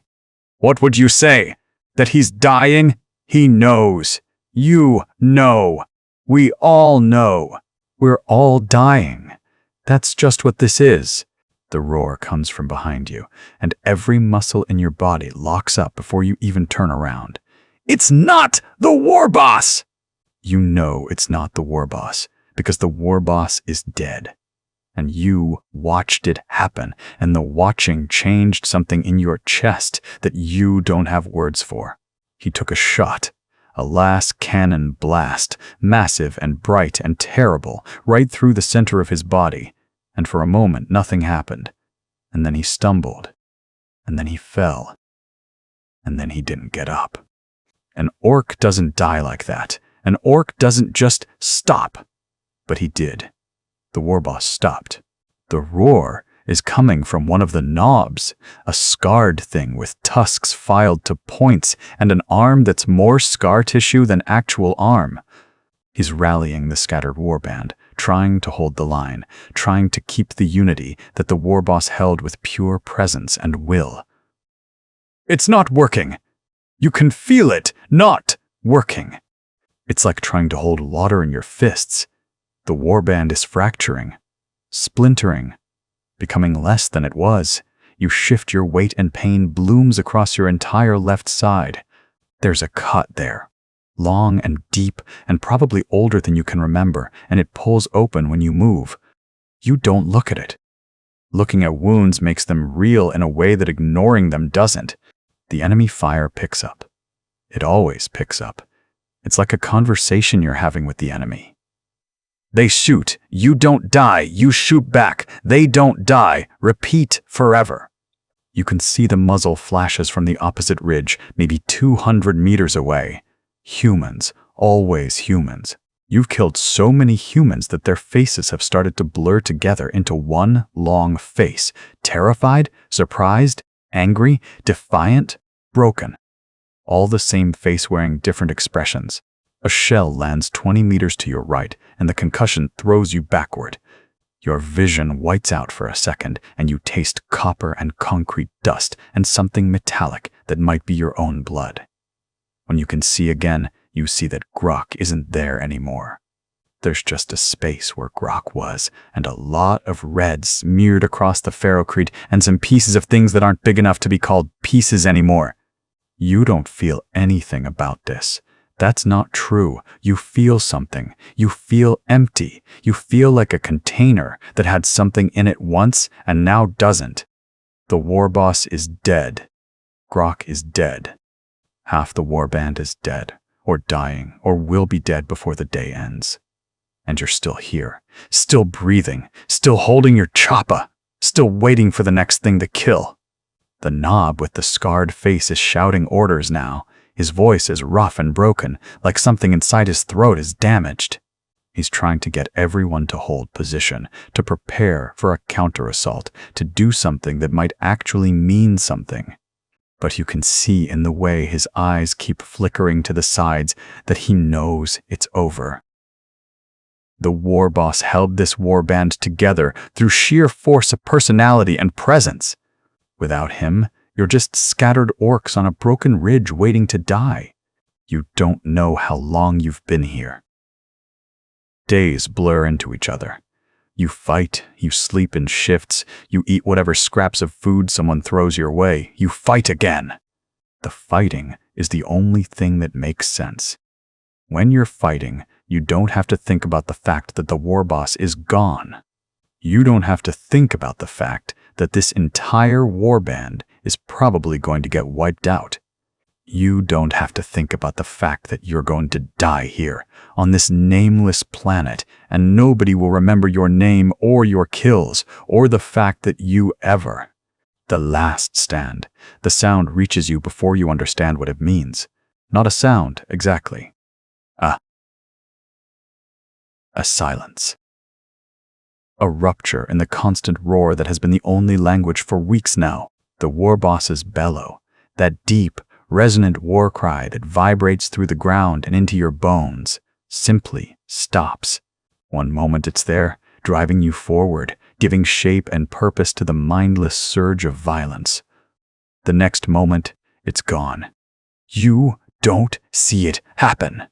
You're 15 meters away, tearing through a trench line with 3 other orcs, your choppa already slick with blood that's cooled to a dark, rusty brown. The enemy. You've stopped trying to remember what they call themselves, what they look like, if they even matter. They're falling back again, and you're pushing forward because that's what you do. That's what you've always done. Push forward. Kill. Push forward again. Then the war boss falls. You feel it before you process it. A wrongness, like the air itself has cracked, like gravity's shifted sideways for just a moment. You stop mid-swing, your choppa still raised, and turn toward where his massive silhouette should be dominating the ridgeline to your left. It takes your brain 3 full seconds to catch up to what your body already knows. He's not there anymore. The enemy's fire is still coming. Las guns, mortars, something heavier that churns the earth into red mud. But the warband's cohesion, that inexplicable unity that's held you together, that's made you more than individual, orcs that's made you a force. It fractures like dropped glass. You hear it in the roar that cuts through the battle noise. Not the usual war cry. Something else. Something broken. A dozen voices screaming his name at once, which is stupid because he's not coming back. He's dead, and you all know it, but you scream it anyway because what else is there to do? The knobs are still fighting. You can see them from where you stand, half frozen in that moment of rupture. They formed a loose knot around where you fell, tearing into the enemy lines with a fury that's almost beautiful in its pointlessness. They're not trying to win anymore! They're just trying to die. Well, die hard. Die in a way that means something. Or maybe they're just too angry to stop. Around you, the younger orcs. The ones like you. The ones who've been following the war boss, because following him was the only thing that made sense. They're beginning to scatter. Not running. Not exactly. Running would require thinking, and nobody's thinking anymore. But the unity is gone. The purpose has leaked out. You're just individual orcs again, and individual orcs don't last long on a battlefield. He's down, someone grunts beside you. One of the orcs from your squad. You don't remember his name. You're not sure you ever knew it. His face is half caved in from a shrapnel hit, and he's still bleeding, but his voice is almost conversational. The war boss is down! You don't answer. Your choppa feels heavier than it did 5 seconds ago. The enemy is pressing forward now. They can feel it too. That moment of vulnerability. That instant where the orc warband transformed from a unified instrument of destruction into a collection of confused, grieving, increasingly desperate creatures. They're coming in waves now, and the fire is thicker, more coordinated. They're not running anymore either. They smell blood. They smell the end. A knob appears through the smoke, his armor scarred and dented, his face twisted with something that might be rage or might be grief. You can't tell the difference anymore. We're pulling back, he roars. Form up on the eastern ridge. We're pulling back. But there is no pulling back. You understand this with sudden, horrible clarity. There's nowhere to pull back. Toe. The transport that brought you here was destroyed 3 days ago. The other warband that was supposed to reinforce your position never made it. And the war boss. The only thing holding this entire operation together through sheer force of will and the weight of his presence is dead. You're trapped here. The realization doesn't hit you as fear. Not exactly. Fear requires a future, and you're not sure you have one of those anymore. It's more like recognition, acceptance. You've always known on some level that this would end. You didn't know when, but you knew it would. All orcs end up in the same place eventually. The battlefield, the killing ground, the place where you stop moving forward and just stay. More orcs are dying now. You watch them fall torn apart by concentrated fire, shredded by shrapnel, simply overwhelmed by the weight of enemy numbers. The knobs are still fighting, still trying to maintain some kind of defensive line, but it's like watching the tide come in. Eventually, it's going to cover everything. You coming? The knob who gave the order is moving, limping toward the eastern ridge. He's not looking back. He doesn't expect you to follow. You grip your choppa tighter. Your hands are shaken, but you're not sure if it's fear or exhaustion or just the accumulated shock of weeks of constant violence, weeks of fighting, sleeping, fighting again. Weeks of your warboss's voice driving you forward, and now that voice is gone, and you're supposed to just, what? Keep going? Keep fighting? For what? The answer comes to you almost immediately, and it's so simple, it's almost funny. You keep fighting because you're an orc, and that's what orcs do. You keep fighting because the enemy is still here, still shooting, still dying. You keep fighting because the moment you stop, you die, and at least while you're fighting, you're doing something. You turn away from the ridgeline. You don't follow the knob. Instead, you move toward the thickest concentration of enemy fire, your chopper raised, your lungs burning with air that tastes like smoke and copper and the sweetness of promethium explosions. Around you, the other orcs are doing the same. Not because anyone ordered them to, not because there's any strategy or hope or even a clear objective anymore. They're doing it because the war boss is dead, and the only way to honor that is to keep the fight going.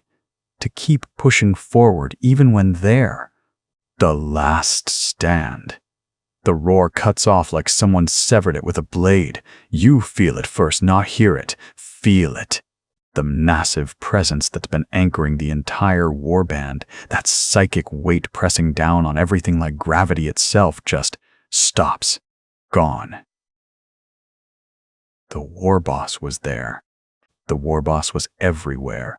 In every orc's bones, in the very air around you, and then he wasn't. You're still running forward when it happens.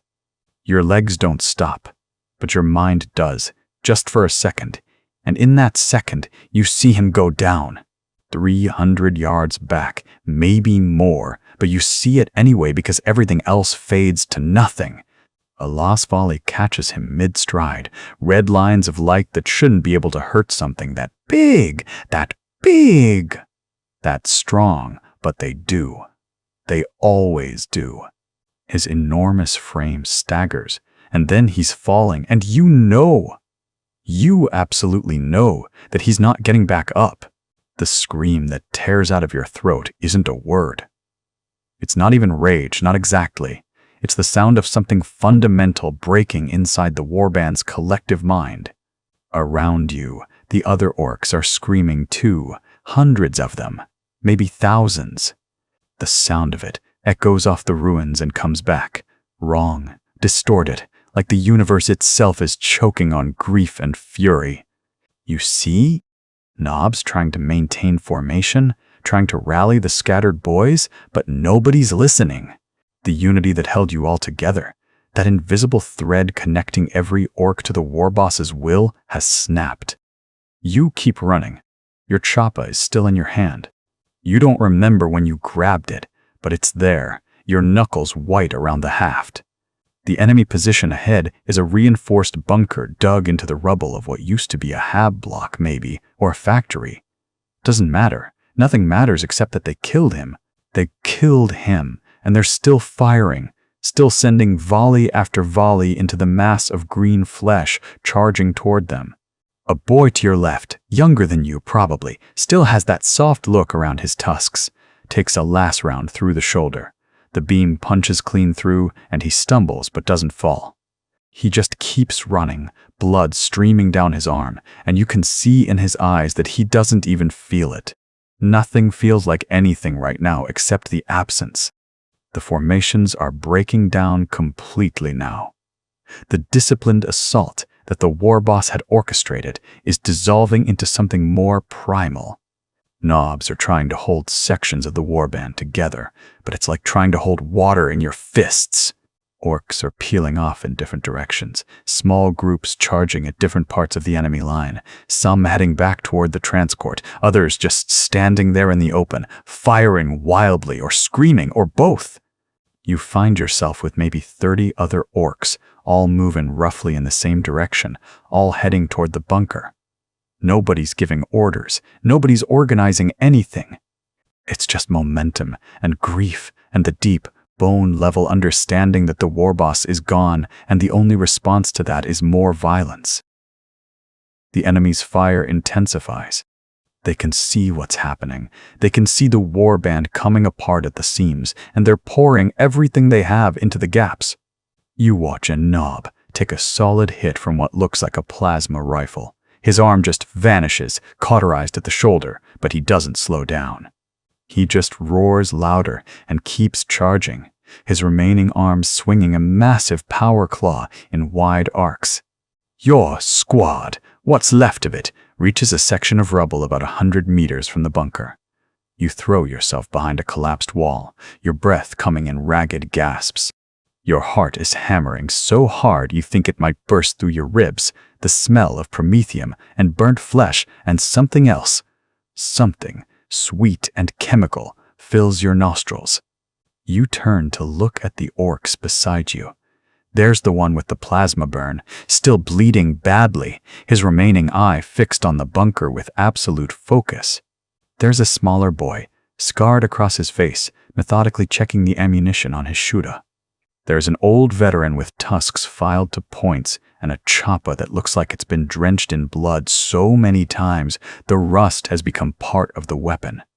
There's maybe a dozen others, scattered around the rubble, all breathing hard, all staring at the enemy position with the same expression. Nobody speaks. You don't need to.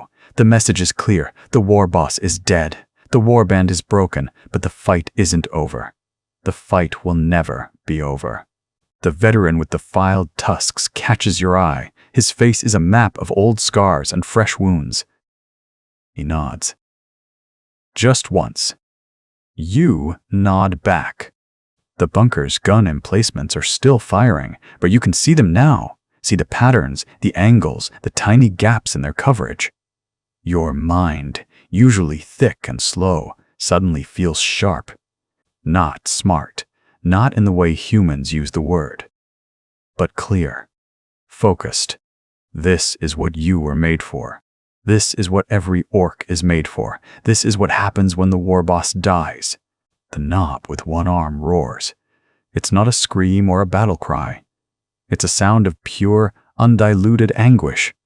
And then he's up and running toward the bunker, his remaining arm swinging his power claw in wide, desperate arcs. The enemy fire catches him immediately, last beams and solid rounds punching into his frame, but he doesn't stop. He doesn't even slow down. He makes it maybe 20 meters before a crack grenade takes his legs out from under him. He crashes forward, still roaring, still swinging, and then the explosion blooms around him, and there's nothing left but blood and the sound of your own voice screaming. You're up before you even realize you've made the decision. Your chopper is raised. Your lungs are burning. Around you, the other orcs are doing the same, not because anyone ordered them to, not because there's any strategy or hope or even a clear objective anymore. They're doing it because the war boss is dead, and the only way to honor that is to keep the fight going. To keep pushing forward, even when there's no point, even when it's obviously over. The veteran with the file. The last stand! The veteran with the file scar across his face looks at you. Really looks at you. His eyes are yellow gold, older than anything should be, and in them you see something you've never seen before. Doubt. Not fear. Doubt. The kind that eats from the inside out. We're done, he says. His voice is flat. Matter of fact. Like he's commenting on the weather. You don't understand at first. Done? You're still breathing. Your chopper still has bite. There's still. Then you see it, really see it. The war boss isn't moving, not the twitching of shock or the gasping of a warrior gathering strength for one last push. He's just stopped. His massive frame is crumpled against the rubble of what used to be a hab-block wall, and the hole in his chest is so large you can see through it. Literally, through it. The afternoon sun streams through the cavity where his heart should be. The roar dies in your throat. Around you, the other orcs. Maybe 30 of you left, maybe less. You've stopped counting. They've all stopped too. Not frozen. Orcs don't freeze, but they've all gone quiet. The kind of quiet that happens when the world tilts on its axis and everyone feels it at the same time. The enemy fire hasn't stopped. It never stops. The staccato crackle of lasguns continues, rounds pinging off metal, cracking through bone. A boy to your left. He couldn't be more than 3 seasons spawned, still had soft skin around his tusks. Takes. A burst across the shoulder and goes down hard. He doesn't scream. None of you scream anymore. Screaming is for the first few days of combat. After that, it's just noise. You look at the war boss again. Your war boss. The one who pulled you from the spawning pool and named you. The one whose presence alone made your muscles ache with the need to follow, to serve, to prove yourself worthy. The one who roared so loud that the ground trembled. He's gone. And something breaks in you. Not your body. You've broken that 100 times over the past weeks. This is different. This is the breaking of the thing that held you together. The invisible chain that connected you to something larger than yourself, something that made sense of the hunger and the violence and the constant gnawing need to prove that you're strong enough to deserve to exist.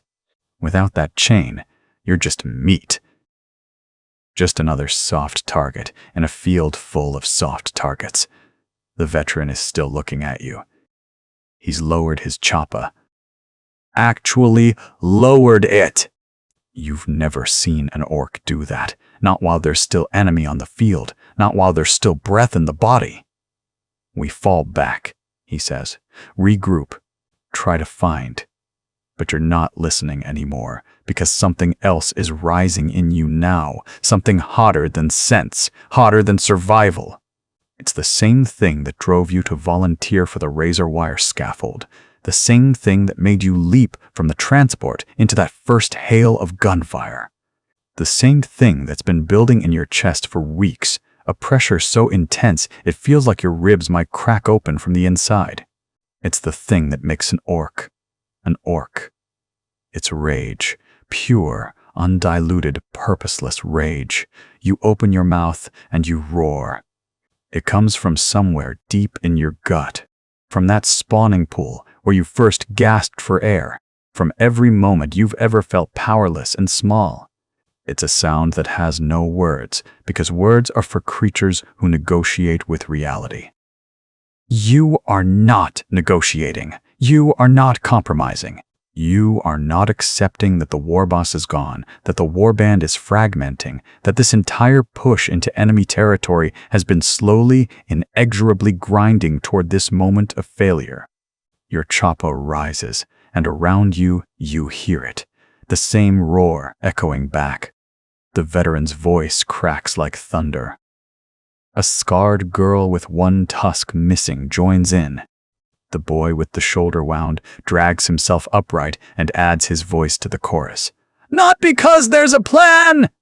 Not because anyone ordered it! Not because there's any hope left in this broken, burning battlefield. But because the war boss is dead, and the only thing an orc can do in the face of that is to keep the fight going. To keep pushing.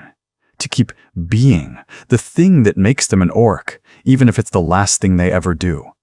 You charge. Your legs pump beneath you. The rubble cracks under your feet. The other orcs are beside you, around you, their roars mixing with yours into something that sounds like the world ending. Ahead, the enemy positions light up. Lost fire. Concentrating, converging, a storm of energy turning the air into something that shimmers and burns. You don't slow down! The first shot catches you in the ribs. Your armor dented, patched, held together with hope and wire, doesn't stop it. The energy sears through flesh, and you feel something inside you pop like overripe fruit. But your legs don't stop. Your choppa doesn't lower. Your roar doesn't break. The second shot takes the veteran. You see him stumble, see the hole appear in his chest, see him keep moving anyway because stopping would mean admitting defeat. He's 2 paces ahead of you, and his eyes are locked on the enemy position, and there's something in his face that looks almost peaceful. The third shot! You don't see where it comes from! You just feel the impact. It's like being hit by something vast and invisible. Your world tilts. The sky and the rubble trade places. You're falling, and you didn't even know you'd left the ground. The muzzle flash is the last thing you see. Bright, white, clean. Like the sun breaking through clouds. It's almost beautiful. Then there's a sound like thunder, but it's inside your head. And then, nothing.